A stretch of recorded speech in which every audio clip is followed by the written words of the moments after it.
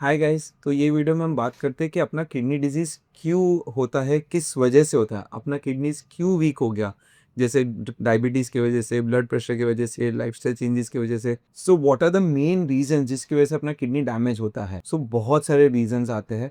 सबसे इंपॉर्टेंट है diabetes and blood pressure. ये दोनों कॉमनेस्ट रीजन है जिसकी वजह से आपका किडनी वीक होता है, आपका किडनी कम काम करता है, फिर बॉडी के अंदर क्रिएटिन बढ़ता है, बहुत सारी चीजें होती है। बट ये जब kidney is weak because of all this reasons, इसके बाद जब किडनी पे स्ट्रेस आता है extra in the form of acute kidney injury, in the form of infection हो गया, या फिर पेन किलर्स खा लिए, डिहाइड्रेशन हो गया, बुखार आ गया, तो ये सब चीज़ों से किडनी पे और स्ट्रेस आता है जिससे और किडनी को डैमेज हो सकता है। नॉर्मल अगर किडनी रहता है तो जब ये डैमेज होता है तो उसको थोड़ा रिवर्स हो सकता है, पर जो क्रॉनिक पेशेंट्स है उसमें 50% रिवर्स होता है, 50% नहीं होता है। तो जब पेशेंट सुनता है कि आपकी किडनीज वीक हो चुकी है तो सबसे पहला सवाल आता है कि ये कैसे हुआ, मुझे तो कोई तकलीफ थी ही नहीं। मेडिकली सबसे फ्रीक्वेंट कॉज वर्ल्ड वाइड का डायबिटीज़ है, जो किडनी के छोटे फिल्टर्स को धीरे धीरे डैमेज करता है।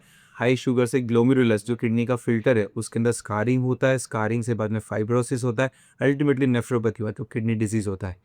ये प्रोसेस यूजुअली साइलेंट रहता है। इनिशियल ईयर्स में कुछ तकलीफ नहीं रहेगा, फिर जब डैमेज ज़्यादा हो जाएगा फिर वरना आपका यूरिन में प्रोटीन आना चालू होगा, फिर डैमेज और ज़्यादा होगा तो किडनी बीमारी होगा। दूसरा ब्लड प्रेशर। ब्लड प्रेशर भी सेम, किडनी के जो फिल्टर्स है, किडनी के जो ब्लड वेसल्स है, उसको लॉन्ग टर्म ब्लड प्रेशर की वजह से डैमेज होता है, धीरे धीरे किडनी में फाइब्रोसिस होता है, इश्यमिया की वजह से, एंड अल्टीमेटली नेफ्रोपैथी।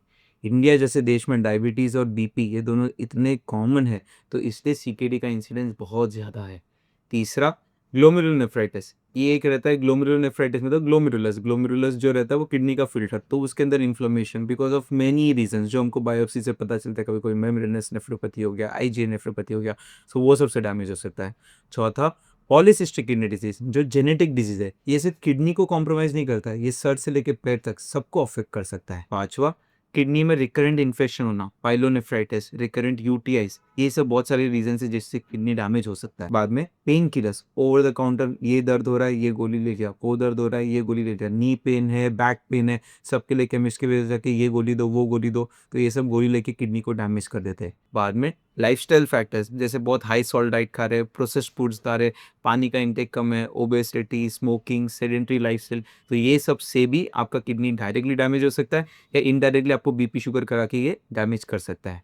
बाद में आते हैं आपके हार्ट की बीमारी, हार्ट फेलियर, लिवर फेलियर, ये सब से भी किडनी पे स्ट्रेस आता है, किडनी पे जोर आता है, फिर किडनी कम काम करता है, उसको भी डैमेज होता है।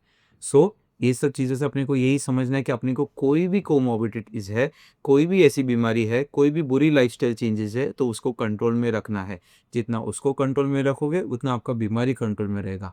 इसलिए हमेशा जैसे भी ये पेशेंट अगर दिखते हैं आपको, हाई रिस्क पेशेंट्स, इसको आइडेंटिफाई करो, स्क्रीनिंग करो एंड इनका टेस्टिंग करो, सो दैट बीमारी को आप रोक सको। सो गाइस, आपके पास कुछ भी ऐसा रहता है तो please share this video with maximum number of people.